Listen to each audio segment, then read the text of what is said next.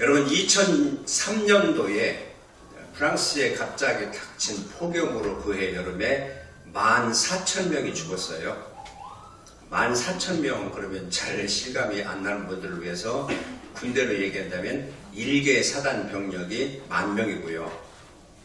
이라크에 참전했던 미군이 죽은 숫자가 4,000명이니까 그 4,000명보다 3배 이상 많은 엄청나게 많은 사람들이 단순히 더위 때문에 그것도 불과 2주간 안에 전멸된 겁니다. 이렇게 엄청나게 죽은 사람들이 사실은 더위 때문이 아니었다는 데 문제가 있었습니다. 프랑스의 보건부의 공식 발표에 따르면 그해 8월 1일부터 15일까지 폭염으로 죽은 사람들 14,000명 가운데 81%가 75세 이상의 노인들이었어요. 죽은 사람들 대부분이 혼자 외롭게 사는 독거노인이었어요.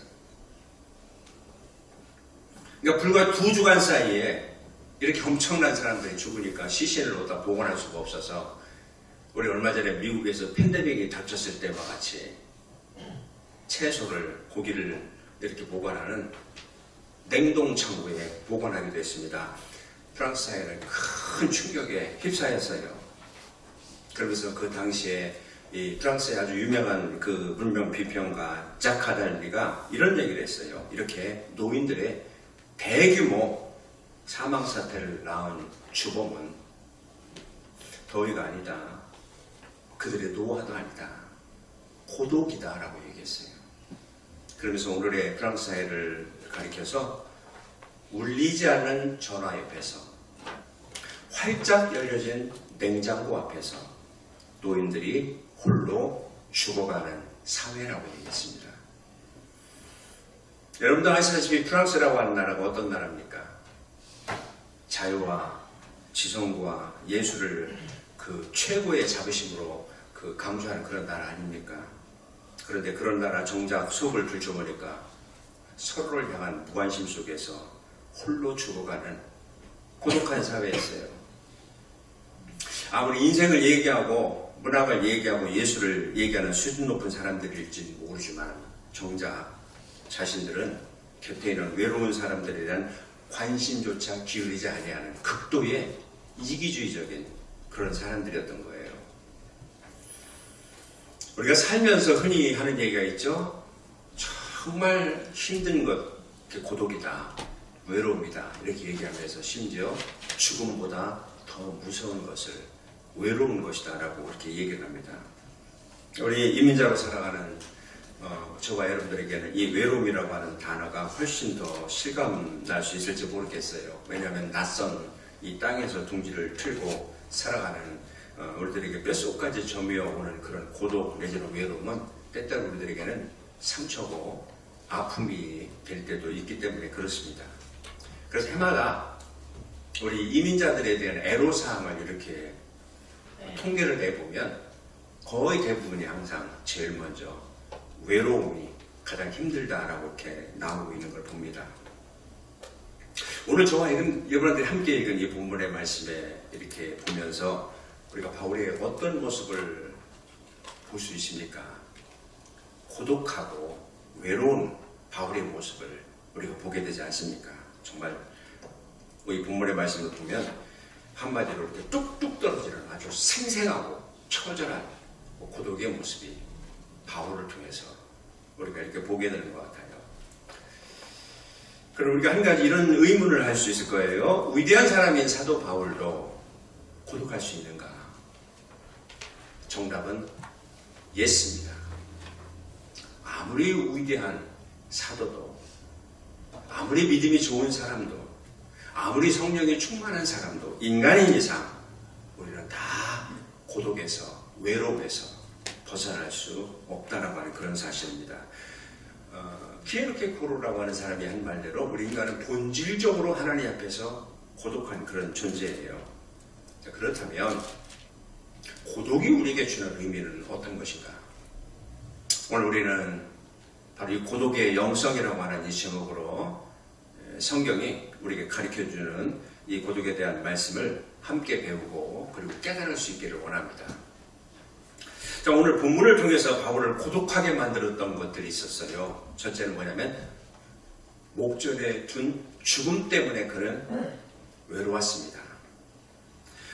그는 지금 죽음을 눈앞에 두고 있었고, 여러분이 아시다시피 사도 바울의 서신 가운데 유언서라고 하는 것이 바로 사도 바울의 디모데후서를 얘기하지 않습니까? 자, 오늘 6절부터 7절 말씀 한번 같이 읽어요. 시작. 전제와 같이 내가 벌써 부어지고 나나에 떠날 시각이 가까웠도다. 나는 선한 싸움을 싸우고 나의 달려갈 길을 마치고 믿음을 지켰으니. 여기서 여러분 전제라고 하는 것은 제사의 가장 마지막으로 포도주를 붓는 의식을 얘기하고, 그렇게 됨으로써 제사는 더 이상 진행되지 않는다라고 하는 뜻입니다. 피날레라는 거예요. 바울은 지금 자신의 죽음을 목전에 두고 전제라고 하는 그 말로 자신의 이 상태를 지금 표현하면서 나의 떠날 기약이 가까웠다. 죽음을 앞두고 그는 지금 고독을 느끼고 있는 거예요. 또 하나 사도 바울이 고독할 수밖에 없었던 것은 그 자신의 외로운 처지 때문에 그랬던 것 같습니다. 여기 9절부터 11절 우리 같이 읽을까요? 너는 어서 속히 내게로 오라. 대화는 이 세상을 사랑하여 나를 버리고 데살로니가로 갔고, 그레스게는 갈라디아로, 디도는 달마디아로 갔고, 누가만 나와 함께 있느니라. 내가 올 때에 마가를 데리고 오라. 그가 나의 일에 유익하니라. 바울은 홀로 있었어요. 감옥 속에서. 한 평도 되지 못하는 이 차가운 감옥에서 얼마나 사람이 그리웠으면 에베소에서 열심히 목회하고 있는 자기의 그 믿음으로 난 아들 디모데에게 와달라고 얘기합니다. 게다가 한때 관계가 껄끄러웠던 마가도 데려오라고 이렇게 얘기하잖아요. 지금 너무나 외로운 거예요. 또 하나 세 번째로 무엇이 이 바울을 고독하게 했을까요? 계절적인 요소도 있었어요. 지금 겨울을 눈앞에 두고 있습니다. 그래서 21절에 보면 겨울 전에 너는 어서 내게로 오라라고 이렇게 얘기합니다. 아마 어쩌면 굉장히 을씨년스러운 늦가을이었고, 감옥의 차가운 그 바닥에서 올라오는 한기 때문에 더 추위를 느꼈던, 더 외로움을 느꼈던 그런 상태였던 것 같아요. 그러니까 13절에 보니까 드로아에 있는 가브라고 하는 사람의 집에서 내 옷을 가져다 달라. 추운 거죠. 얼마나 그가 고독한 상태에 있었는지를 우리가 알 수 있죠.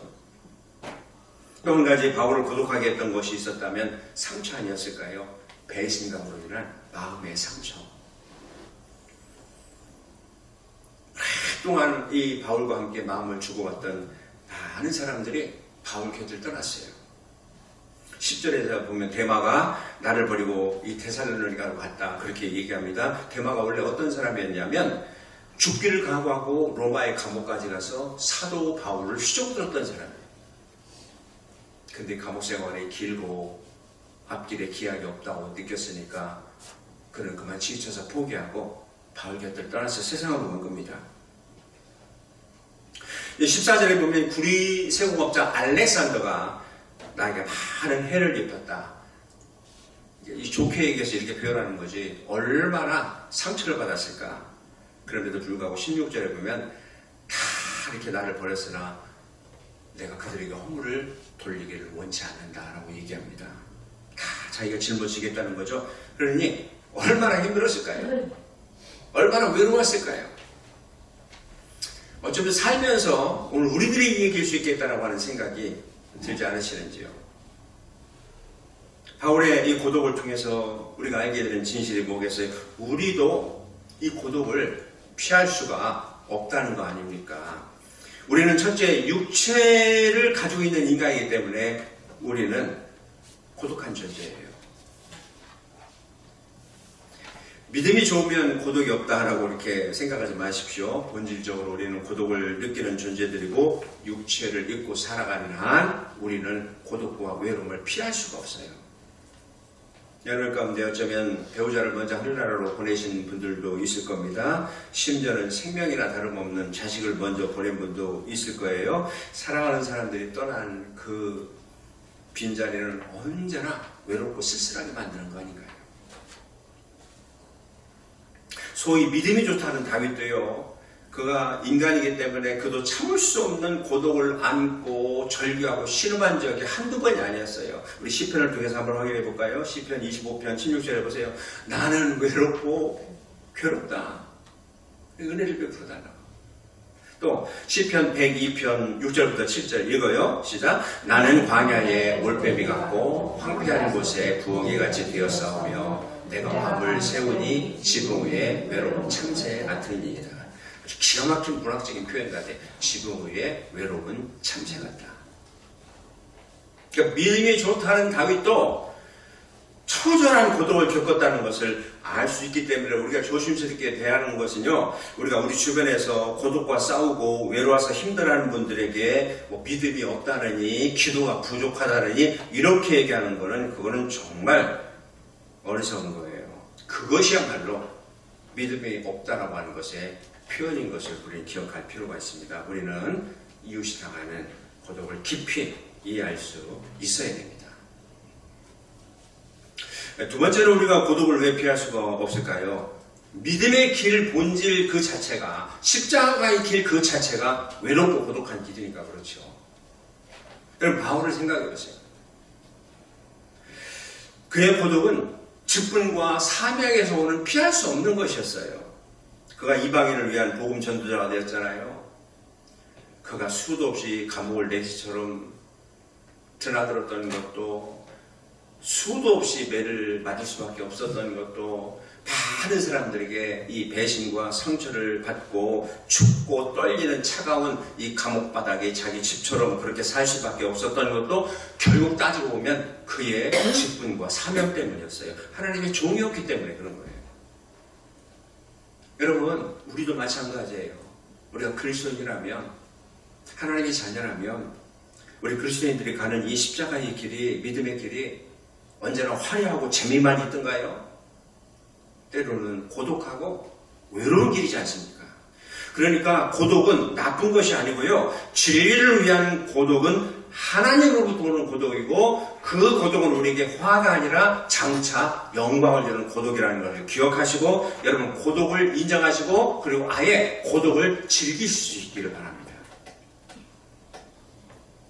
자, 그렇다면 우리 그리스도인들에게 이 고독의 의미가 뭘까요? 고독은요, 고립이라고 하는 것하고는 달라요. 고립이 뭐냐면, 내가 다른 사람들로부터 소외당하는 데서 오는 외로움이 고립이고, 또 하나는 내가 내 자신이 허물로 인해서 오는 외로움이 고립일 수 있어요. 그러나 성경이 얘기하는 이 고독은 아주 깊은 영적인 뜻이 있는데, 그게 뭐냐면, 내가 하나님과의 깊은 관계를 맺기 위해서 때로는 스스로 나를 격리시키는 거예요. 이게 필요합니다, 우리에게. 또 하나, 수없이 많은 사람들이 나를 필요로 한다고 하면 그 사람들과 더 아름답고 풍성한 관계를 위해서 의도적으로 하나님 앞에서 나 스스로를 때로는 격리시킬 수 있는 고독이 우리에게 굉장히 필요한 겁니다. 인간은 누구나 고독한 존재예요. 홀로 태어나서 결국 홀로 죽지 않습니까? 그 존재의 고독이 있는 거죠. 그러나 그 고독을 하나님으로 채우는 수단으로 삼을 때, 하나님께 나아가는 그런 은총의 수단으로 삼을 때, 그리고 우리 주변에 있는 많은 사람들과 풍성하게 더불어 있기 위해서 나를 격리시킬 때, 고독은 더 이상 고독이 아니고요, 그 축복이고 기회가 됩니다. 이것이 성경이 얘기하는 고독의 영적인 의미가 됩니다. 여러분, 성경이 말하는 고독은 단순한 외로움이 아닙니다. 하나님 앞에서 내가 홀로 서 있다라고 하는 것이고, 때로는 세상 등지고 내가 십자가를 바라보는 거예요. 외로움은 고통스러운 것일지 모르지만, 그러나 이 고독은 하나님과 깊은 관계로 들어가는 것이 은총의 수단이라고 하는 것을 우리가 기억할 필요가 있습니다. 성경에 보면 여러분, 왜 유독 하나님이 사랑하시고 사용하시던 사람들을 왜 광야로 이렇게 내몰았어요? 고독하게 하기 위해서 그런 거잖아요. 광야의 특징이 뭐죠? 사람도 없고 바라볼 것들도 없고 황무져갖고 짐승의 울음소리만 들려와서 내가 바라볼 수 있는 것은 하나님밖에 없는, 바로 고독하고 외로운 곳. 그게 바로 광야 아닙니까?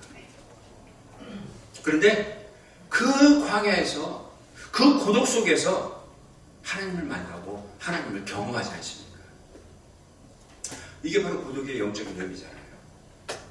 그래서 A.W. 토저라고 하는 영성가가 그런 말이 있어요. 세상의 위대한 사람들 대부분은 다 외로웠다. 외로움이란 성도가 자신의 성스러움을 위해서 지불해야 될 대가라고 얘기했습니다. 네? 그럼 모세도, 세례 요한도, 예수님도, 사도 바울도 다 광야를 경험했고 다 외롭고 다 고독했어요. 그러니까 여러분, 속으로 외로워 못 살겠어요 하는 유행가처럼 부르는 사람들은 그거는 좀 이게 잘못된 것 같아요. 왜 때때로 하나님은 우리 성도들에게도 이 외로움을 통과하게 하고 이 광야를 경험하게 할까요? 홀로 있을 때 우리가 하나님을 만날 수 있기 때문에 그렇습니다. 모세가 하나님을 만났던 장소가 화려한 애굽의 궁궐이 아니라 어디였어요? 외로운 광야이잖아요. 우리가 홀로 있을 때, 우리가 고독할 때 하나님을 만날 수 있습니다. 요즘은 제가 근 몇 년 실천하지 못했는데 매년 한 번, 두 번 이렇게 기도원을 이렇게 꼭 갔다 오는데요. 그 며칠을 기도원에 가는 것만 해도 아주 분명하게 내가 경험하고 들을 수 있는 만만치 않은 영적인 유익이 있어요.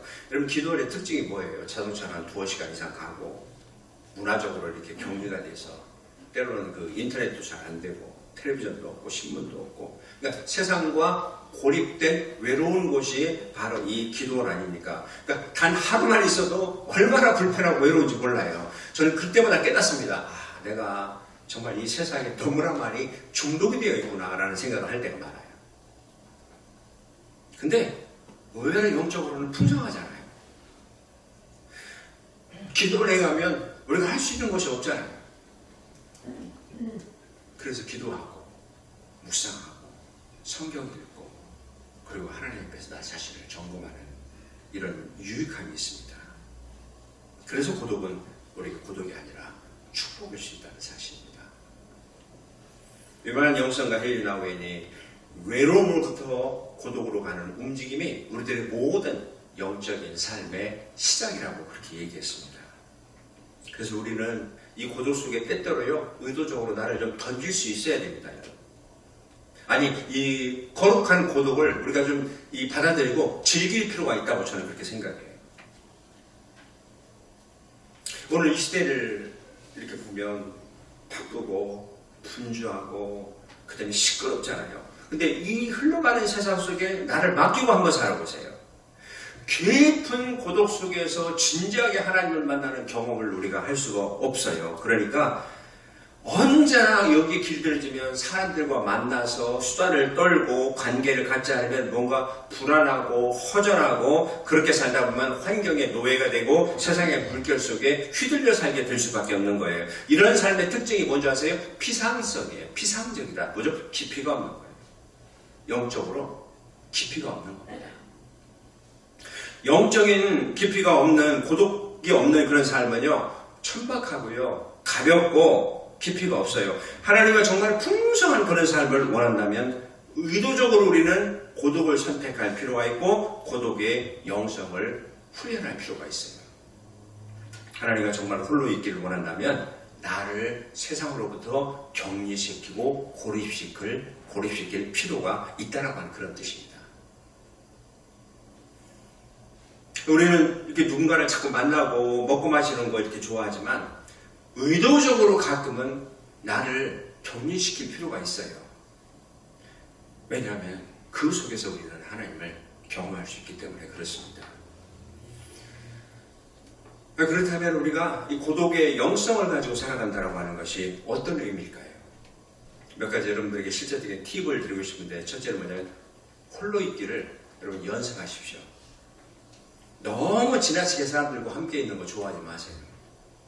뭐 보여야 되고 만나야 되고 먹고 마셔야 되고, 근데요, 옳아요. 그러나 때로는 너무 지나치게 함께 있는 것이 풍요 속의 빈곤인 거 아세요? 영적으로는 굉장히 빈곤할 수가 있다는 사실을 함께 모여서 수다나 떨고 그게 건설적입니까? 남들 뭐 험담이라 하고 세상 것들 어떤 그런 것들 죄된 것들만 관심을 나누는 그런 모임이라면 그건 결코 영적으로 유익이 되지 않습니다. 아니 오히려 영적으로 여러분들을 망가뜨릴 수 있다는 걸 아셔야 돼요. 홀로 있기를 연습하셔야 돼요.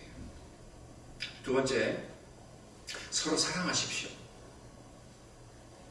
우리에게 외로움은 당연합니다.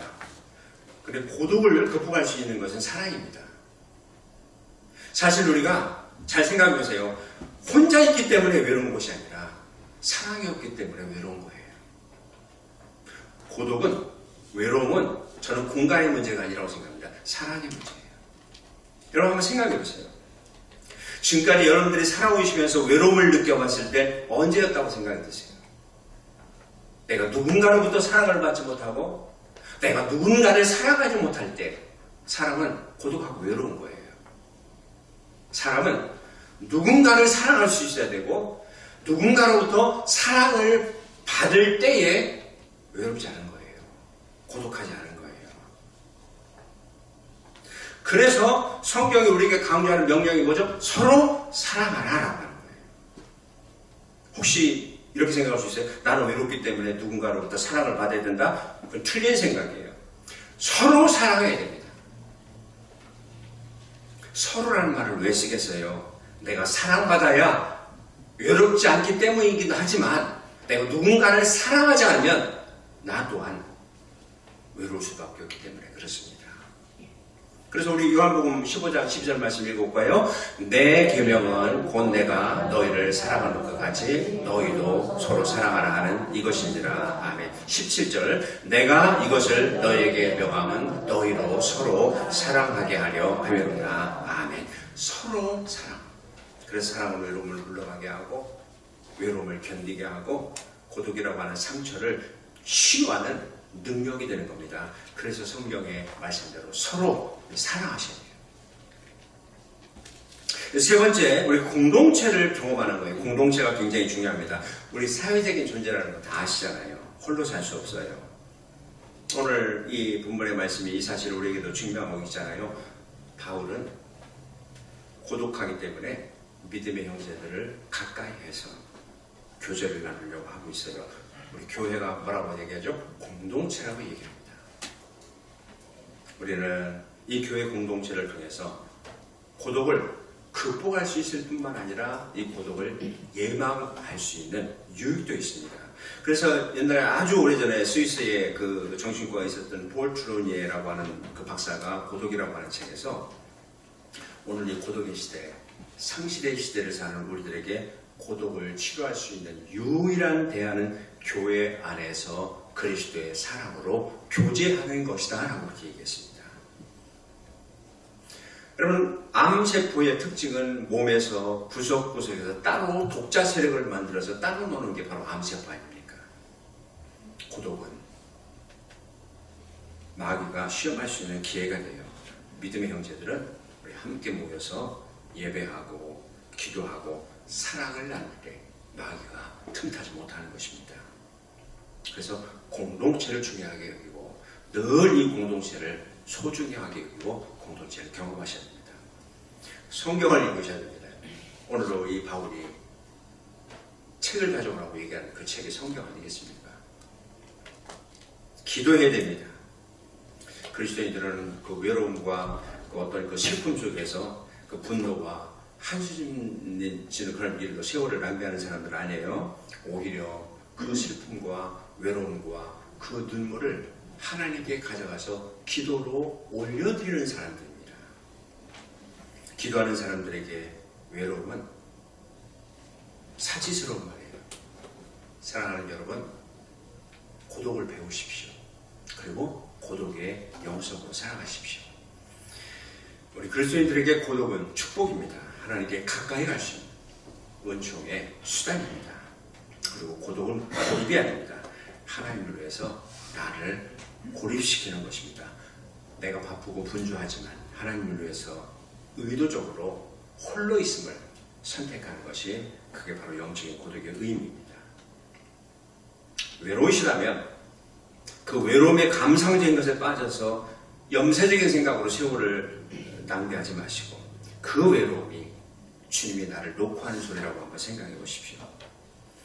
옛날에 우리가 한때 집집마다 걸었던 액자 기억하세요? 고요하면 찬송하라, 외로우면 기도해라, 괴로우면 주를 보라. 아주 정답인 것 같아요. 오늘 말씀해 보십시오. 사도 바울은 죽음을 목전에 두고도 고독을 통해서 자신을 하나님 앞에 풍성하게 가꾸었습니다. 고독의 영성으로 살아가십시오. 고독이 아닌 하나님 안에서 축복을 누리는 기회인 것을 저와 여러분들이 깨달아서 이 고독의 영성을 가지고 언제나 이 세상 속에서 풍성한 하나님의 은혜를 맛보며 살아갈 수 있는 우리 필그림 공동체가 되시기를 주님의 이름으로 축복합니다.